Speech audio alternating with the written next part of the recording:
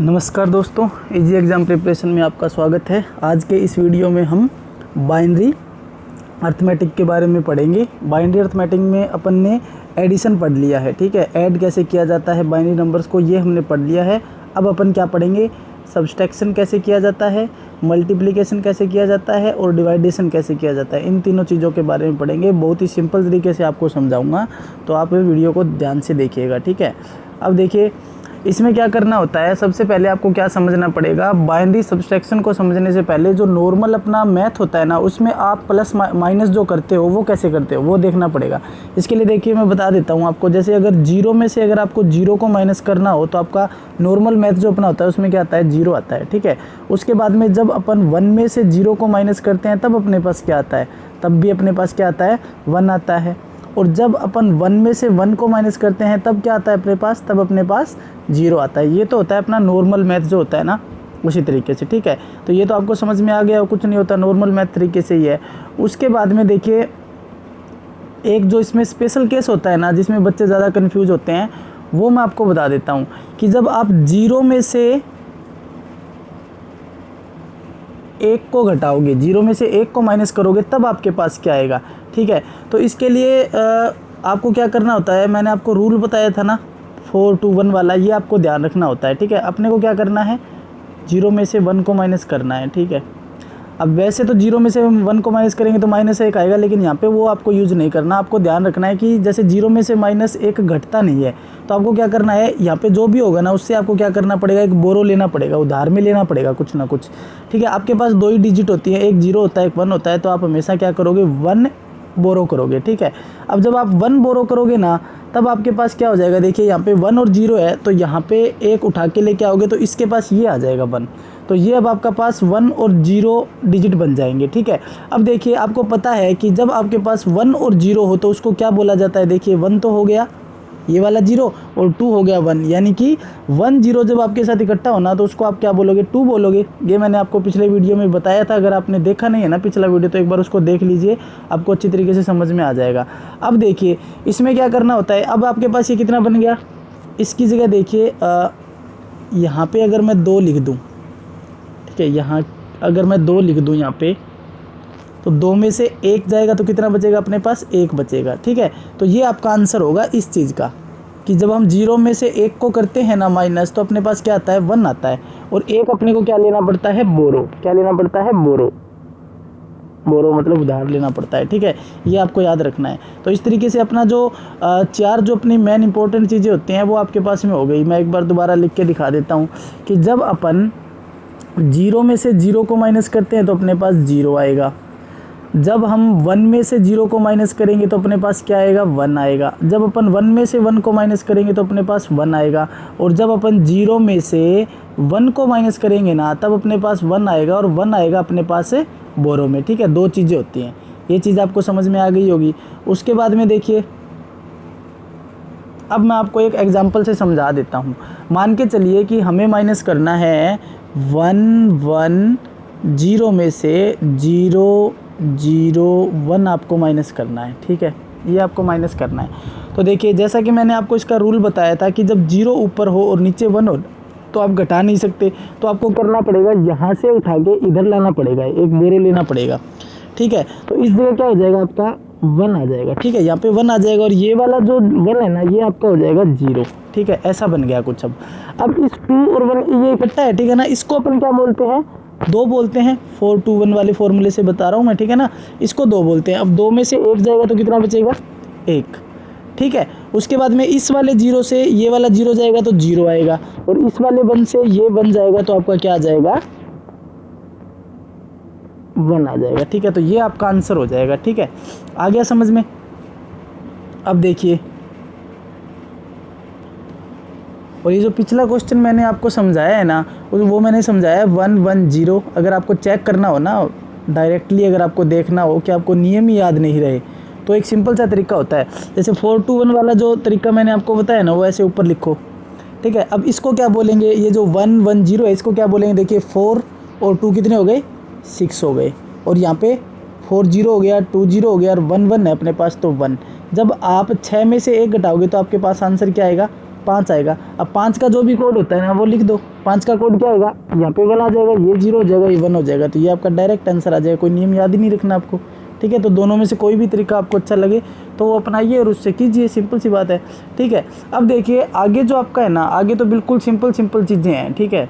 आगे बिल्कुल simple next हम सीखेंगे बाइनरी में अपना मल्टीप्लाई कैसे करते हैं, बाइनरी में जो गुणा किया जाता है ना वो कैसे किया जाता है वो अपन सीखेंगे। देखिए इसके लिए आपको क्या करना है, जो सिंपल आपके नियम होते हैं ना गुणा करने के वो याद रखने हैं। जब 0 को 0 से मल्टीप्लाई किया जाता है तो क्या आता है अपने पास, 0 आता है।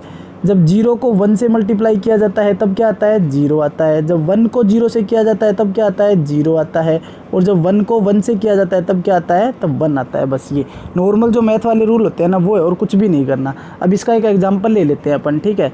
इसका एग्जांपल लेते हैं, जैसे एग्जांपल मैं ले लेता हूँ 1 0 और 1 1, ठीक है, ये लेना है।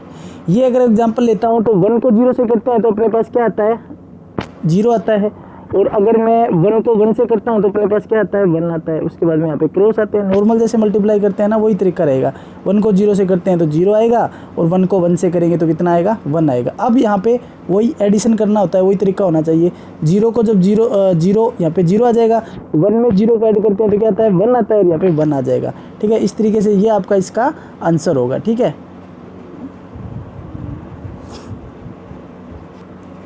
अब देखिए पिछला जो क्वेश्चन किया था ना उसको भी अगर आप डायरेक्टली करना चाहो तो उसको भी आप डायरेक्टली कर सकते हो। देखिए कैसे करते हैं, मैं आपको दिखा देता हूँ एक बार। जैसे मैंने क्या किया था, 1 और 0 को किससे मल्टीप्लाई किया था, 1 1 से मल्टीप्लाई किया था। आंसर मेरे पास क्या आया, 1 1 0।